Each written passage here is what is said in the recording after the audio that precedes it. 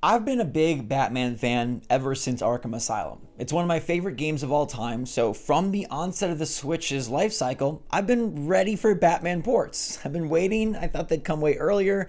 They just arrived right now. What's going on, everybody? It's Arkham SwitchForce. I've played Batman Arkham Knight on the Switch, and I woke up to reports that it was unplayable. I had to see for myself. I figured after Hogwarts Legacy, Nintendo Switch could handle Arkham Knight. Hogwarts Legacy is a 2023 game, right? A big open world, lots going on. It is a hard game to run on soft hardware, whereas Arkham Knight, being 8 years old, 2015, should be a soft game to run on soft hardware, right? Like some sort of soft on soft sandwich, soft on soft sensory satisfaction center. This game should be perfect. Well, it's far from perfect, but is it unplayable? That's what I wanted to investigate thoroughly after I saw some early YouTube videos saying, hey, this game isn't even playable. And let me tell you, the game looks really not great when you start. It looks really poor, but I think it's really important that you see what the game initially launched as on PlayStation 4. Because after I watched this video, I said, okay, the Switch version actually looks, straight from an eyeball perspective, pretty darn solid. It's quite clear that the Switch version has a lot harsher angles and a lot more solid lines, whereas the PS4 version was a lot blurrier. You can take your pick based on personal preference on which you think looks better. I think the mood and kind of the ambiance that the blur gives is a better look, but Zach from the future here to say that I recorded my commentary immediately after playing and watching the video, but now seeing them directly side by side, like the Switch version is absolutely clear. The Switch version is absolutely an upgraded image quality. But there's just something about how granular all the textures are that I do not like. Yet I will say that, okay, mood aside, the Switch version does look just like straight up here as we're seeing gameplay. It looks pretty good. Not considering performance yet, just straight eyeball look. The Switch version looks better than Arkham Knight did back in the day, which, okay, we're starting off hot. That's a thumbs up. Now, in terms of how it plays, combat works like a charm.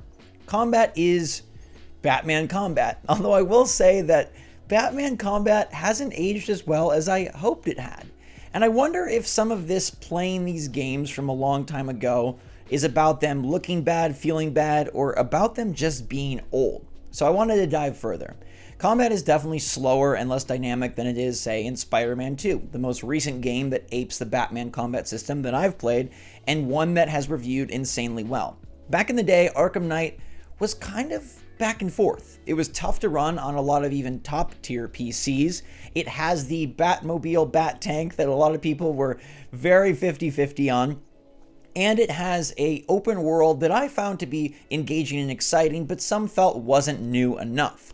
Now, Batman Arkham Asylum and Arkham City are both beloved, and if you want to see me cover those games in other videos, let me know in the comments down below.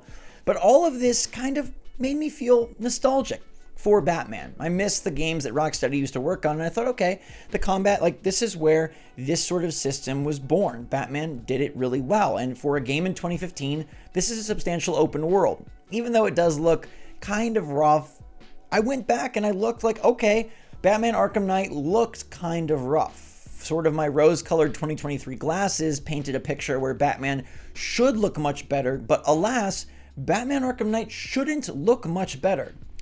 What it should do, though, is play better, at least during the driving sequences. It's got a really great moment that like gave me the chills where it says even the odds, press L to even the odds. What a cool way to get you into the Batmobile for the first time. And then all of that good faith just washes right away. The biggest problem with the Switch version of Batman Arkham Knight is that the Batmobile is so darn laggy.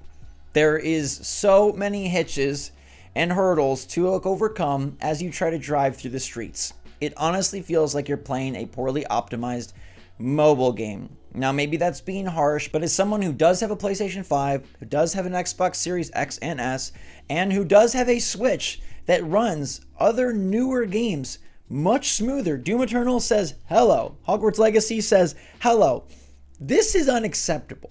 Now, is it unplayable? I think that is a very loaded term. I think you're going to see a lot of people say this is unplayable. because that's how they feel. They feel like Batman should have been better. Batman should have looked better. My experience with Batman back in the day was phenomenal, and it was. But Batman is also a very old game. I think some of the unplayable nature is that this is a game that was created almost a decade ago and does not feel anywhere near as smooth as modern day titles in its similar genre, or even modern day Switch games for that matter, of any genre. Batman Arkham Knight is an old game at this point, and while I did really enjoy it at the time, there's no chance it's as enjoyable today, just because it doesn't play as modern as you're used to by this point. Your hands have evolved, and so have games. But Batman should run better when you're in the Batmobile, and while I would not say it's unplayable, I would say it's deeply disappointing. I even had some lags and hitches as I was flying through the air as Batman, which felt weird. Like I was going backwards and going forwards, and going backwards and going forwards, and I'm not really sure why that's an issue, considering that Hogwarts Legacy from Warner Brothers was able to be ported in a pretty darn good state, at least performance-wise. How they couldn't get Arkham Knight, I don't really know. Arkham Knight came out 2 years before Nintendo Switch launched, and now 8 years later, we are struggling to make this thing work on the system. Is that a problem with the hardware, or is that a problem with the port studio? Probably a bit of both, but frankly, I did expect more here. In terms of the very lucid look of the game, that everything's very drawn and very thick, I think the rain in particular mucks up the screen. There are instances where these harsh lines and more clarity does a huge disservice to the game because it feels like the world is kind of having a seizure. I don't know, the way the rain's going down and some of the textures are just moving when they shouldn't be moving. It has a very defined look, and I think that defined look actually is destructive to the overall feel and look of the game. But if you are in some way nostalgic for Batman Arkham Knight, the Switch version is not unplayable. The combat seemed to work just fine, the cutscenes look absolutely okay, and I didn't have any significant crazy loads or anything of that sort. It's just the Batmobile segments are really tough when you're driving fast. When you're in tank mode, the Batmobile actually works good. I didn't have any lag, any hitches, any issues when I was firing around as a tank, but again, it didn't feel great. Not because it wasn't running great, but because this game is now very old. And sometimes when we get ports of older titles, they just feel fine. Wow, this game had a timeless design that still works and plays and feels great in 2023. But I think here, specifically with Batman Arkham Knight, it's something that is bearing too heavy a weight of its age and the new hardware that it's being ported to. It's got performance problems, and it's just got old mechanic control problems. And so, yeah, it doesn't feel great to be the strafing Batmobile tank, but it is running good, but it might almost make you feel like it's not, because this game just isn't holding up in the way that I hoped it would. Now, you could argue that the Switch is actually causing it to hold up poorly, but again, I'm showing you PlayStation 4 footage here, and we're seeing that it's not visually all that much different. I do think the audio sounds very tinny, although that's a problem that the Switch has had for a long time. Something about the audio just really ick. But then there's other things about the game, like just the textures on the zombies at the opening scene and the way the opposition tanks just kind of disintegrate into thin air. Some things just aren't going to be up to your standards because we've advanced so far from a gameplay perspective. Now, remember, this is not on the cartridge. This is downloadable.